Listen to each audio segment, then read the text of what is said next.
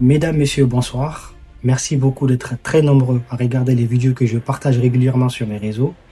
Je suis reconnaissant de tout ce que vous êtes en train de faire. À chaque fois, vous êtes des milliers de personnes à regarder, à commenter, à partager.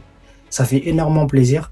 Et je comprends également que tout le monde ne partage pas mes points de vue sur l'ensemble des sujets que j'aborde. C'est une chose que je comprends et que j'accepte.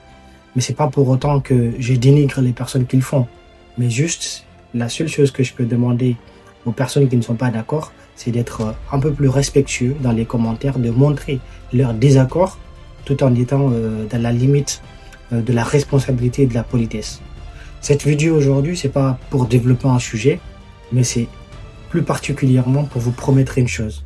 Je vous promets que dans la semaine à venir, je vais faire une vidéo consacrée exclusivement au président de l'Union des forces démocratiques de Guinée, à savoir M. Cellou Dalein Diallo.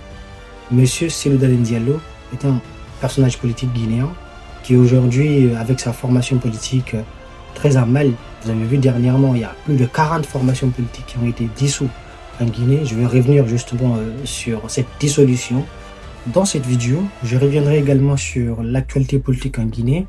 Je vais essayer de vous parler un peu de ce que le CNRD essaye aujourd'hui de faire dans le paysage politique guinéen, parce que c'est une forme de contrat qu'ils sont en train de nous proposer aujourd'hui. Ils nous vendent un produit à travers la création de cette formation politique, dont le Premier ministre, M. Bahouri, est aujourd'hui l'artisan principal.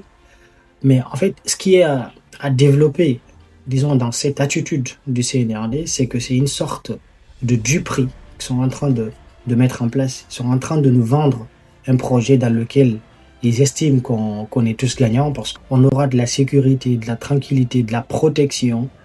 Mais en fait, c'est comme un peu ce que Rousseau développait dans le second discours, le fait que nous avons aujourd'hui des personnes qui sont venues de nulle part, qui se sont accaparées l'ensemble des richesses de la Guinée.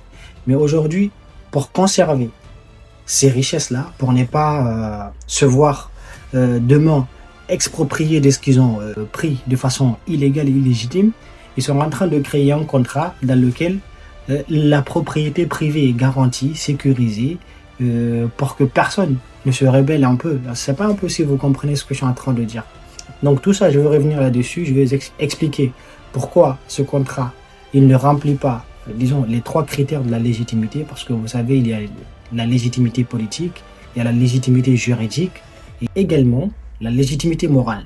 Donc, on va voir tout ça, comprendre pourquoi elle ne remplit pas ces 3 critères. Donc, pour ne rien manquer de tout ça, et d'autres vidéos qui vont venir également, continuez de vous abonner et d'activer la cloche de notification. N'oubliez pas de partir sur YouTube, cherchez Cellou Mandela TV, de vous abonner très massivement, parce que les choses se passent désormais sur YouTube. Merci à toutes et à tous, à très bientôt.